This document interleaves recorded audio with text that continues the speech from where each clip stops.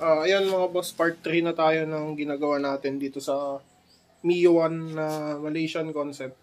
Ito ba ako? So yun, sabi ko nga sa part 3 natin magkakabit tayo ng switch. Wait lang. Ayan mga boss, magkakabit tayo na ito. Pro Taper Malaysia na handlebar switch. Universal siya, pero dito natin siya ilalagay. Yan. At kung mapapansin nyo nga pala mga boss, na-sort out ko na yung mga wiring. So magtatap na lang tayo, lalagay na lang natin itong mga to. Ayun, matagal kasi sa video kapag papakita ko pa yung proseso. Tsaka pumunta ako nagpaayos kanina kasi hindi ko matesting yung mga ibang wire na ito kasi sira pala yung ignition coil niya mga boss. So pinapalitan natin yun. Yun. So ngayon ilalagay na lang natin tong mga to, tsaka tatabasan natin yung mga at kailangan tabasan dito pati doon sa kabila. So yun, simulan natin mga boss.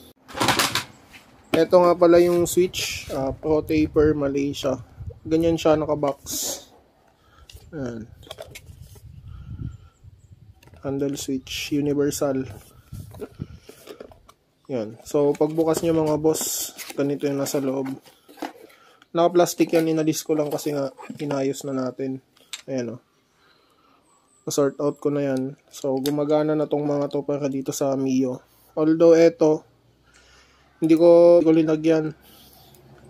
Tsaka eto, ginamit nating headlight switch mga boss. Ayan. Eto, naka-plastic siya sa loob. Sa mismong Malaysia nabili to sa Shopee. Nasa 1,200 pesos. May mga seller na din yata dito sa Pinas ng ganito. Ayan. Naka laser print siya mga boss, yung tatak niya. Ayan. Yan, ikakabit natin to ngayon mga boss. Eto, may space siya dito na nasa mga 1 inch mga boss. Dito kasi yung lagayan ng netong kaha natin, yung inner. Dito itutornilyo yun. So ang gagawin pala natin kapag mga boss is magnanut na lang tayo, bolt dito tsaka nut sa likod. Kasi wala na yung stock switch, nandun yung lagayan ng lock nito. Pero yun nga, eto naman mga boss, dito natin siya ipepesto. Ganyan. Nandyan siya. So lukan lang, alisin natin itong mga tornilyo na ito para may kabit natin dito. Pesto ko muna mga boss.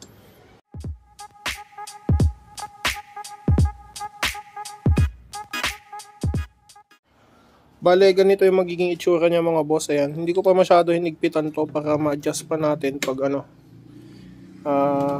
lalagay natin dito mga boss. Kasi tatabasin pa natin to eh. Ayan. So, lagay muna natin sa kabila. Naalis na natin to mga boss, tong cowling niya. So, may speedo. So, alisin na natin yung mga iba dito na pwedeng pagsayadan. Gaya na ito. Ito. Tsaka ito din sa kabila. Maalis din to. Ayun. So, hindi ko muna papahirapan sarili ko mga boss. Guguntingin ko na lang muna kasi malambot lang naman to. Tsaka na natin i-port pag na-fit na natin na maayos. Isusukat natin yung saktong butas niya. Yun.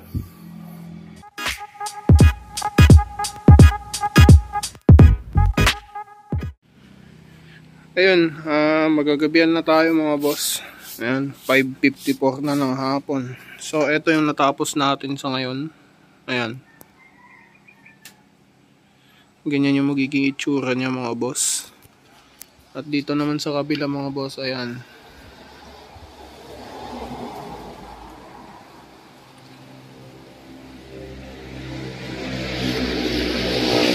Yun siguro muna ang tatapusin natin hanggang ngayon mga boss. So ipipix ko na lang siguro to. Ayan. Tapos ilalagay ko yung mga wires na itong switch natin. Ayan. Tsaka ipapakita ko na lang siguro bukas yung kabuuhang itsura niya mga boss. Yun. Peace. Yan, another update guys, mga boss. Ito, nailagay na natin yung mga switch nya. Ayan.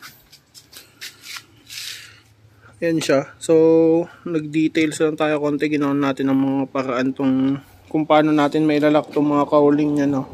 Yan, nagawa naman natin ng paraan. Ito sa kabila. Tsaka gumagana tong mga boss. Saan ba yung susi? Wala yung susi dito. So, ito siya mga boss. Yan sa harap. At ito na din pala yung itsura ng ating Brembo RCS 19 na kinabit. Ayan. Tinabasan lang natin konti dito. Saka dito sa kabila medyo malaki-laki yung tinabas natin. Ayan siya. All goods. At yung quick throttle pala mga boss, binaba na natin yung cable nya. Kasi nakakatamad na magtabas pa dito.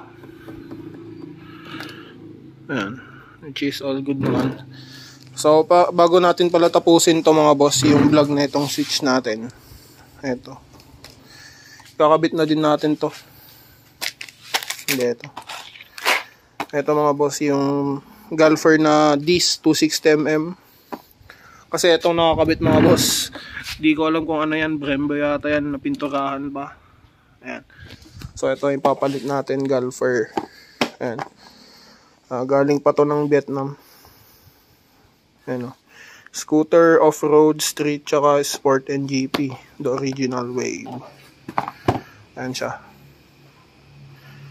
So hindi ko alam kung magkano bili ni Boss Yesman dito. Dineliver lang kasi dito sa bahay ito mga boss. Siya na nagbayad. Ayan. So kabit natin to. Dagdag sa video natin. Unahin na natin baklasin tong gulong mga boss. Para syempre umalis natin to. Yan, tsaka mas maganda luwagan nyo na din tong mga tornilyo ng DIS. Para hindi na mahigpit pag inalis mamaya. Tsaka babaklasin pala natin to, ililipat natin tong spacer na to dito sa ilalim kasi mas malaki yung disc natin. Ang size kasi na ito mga boss is 220mm. Tsaka yung ipapalit natin 267. Yan. Yan, naluwagan ko na yan. So alisin na natin mga boss.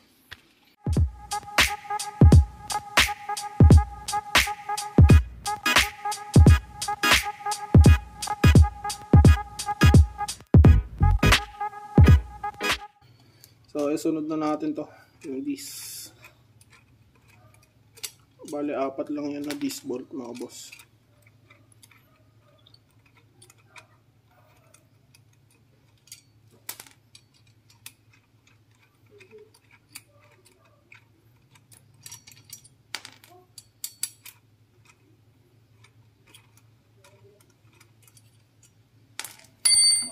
Yan, alisin na natin yan. Susukat natin to yung Galfer. Yan.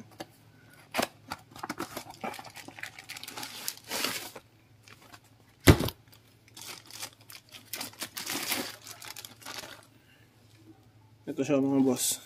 Yan. May tatak siya na Galfer. Yan o. Patented. So, sukat natin kung kasya.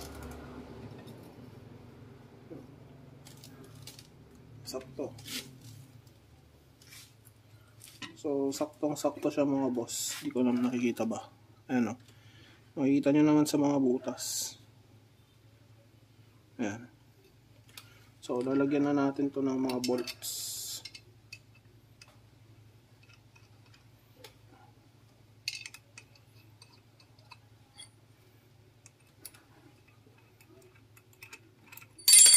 Shit.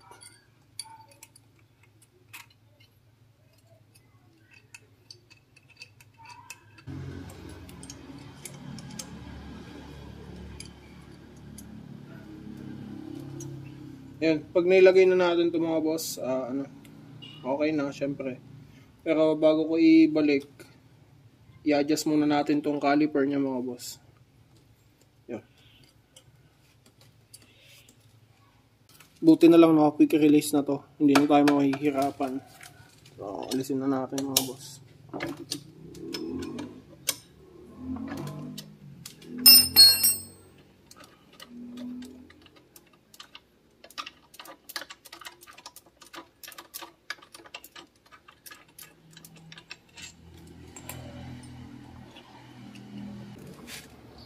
Ayan, eto mga boss yung nasa ibabaw, ililipat lang natin yan dito sa ilalim.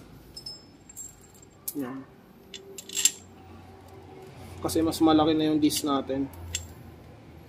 Gets nyo naman siguro na.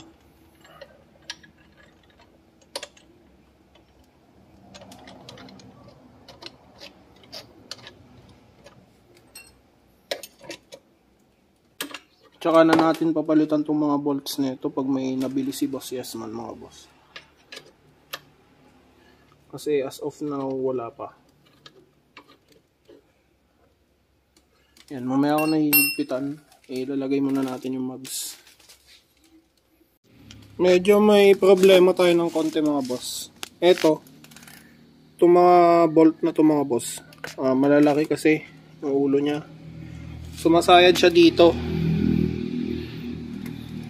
sa bracket sa loob mga boss, so hindi siya nakakaikot, kaya hindi ko din mailagay-lagay kanina. Yan o.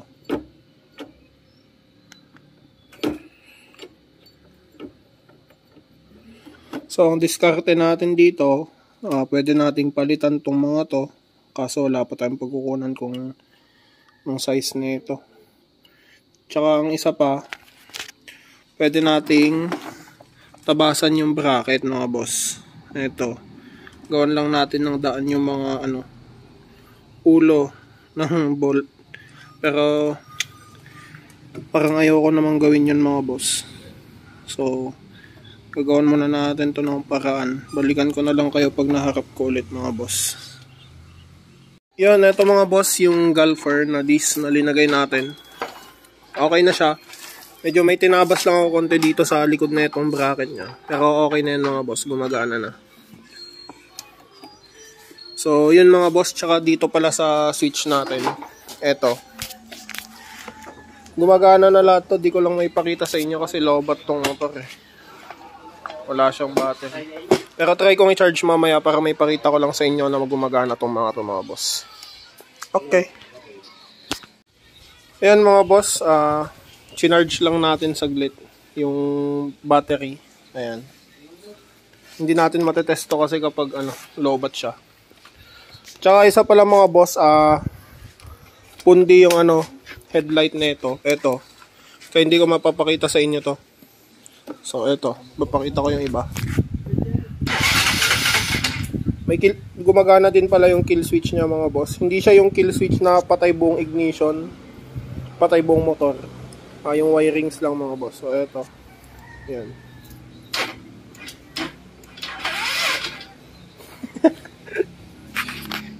Yan. 40 pa lang kasi. Hintayin na lang natin. Ayan mga boss, ay papakita ko sa inyo. Yan, hindi ko pa pala nalagay yung cover dito. Ito siya. So ito try natin. Ito yung kill switch nya. Yan. Pag hindi yan naka-on, hindi to aandar. Diba? Pero pag naka-on yan. Okay. Tapos ito yung high and low beam ng ilaw. Kaso pundi yung ilaw natin. Ito naman yung busina. At ito yung on-off ng natin, yung headlight dito. At ito naman sa may signal lights. So, left turn tayo. Ayan. Sa kabila naman. Hindi. Papakita natin dito. Sa right turn mga boss. Ayan. Gumagana din dito. Tsaka syempre dito. May brake light din to mga boss. Ayan. So all goods mga boss. Hindi ko na napakita kung paano yung wirings nito kasi papahirapan ko lang yung sarili ko tsaka di ko naman alam yung sasabihin ko. Okay, like and subscribe. Peace. Kalbo out.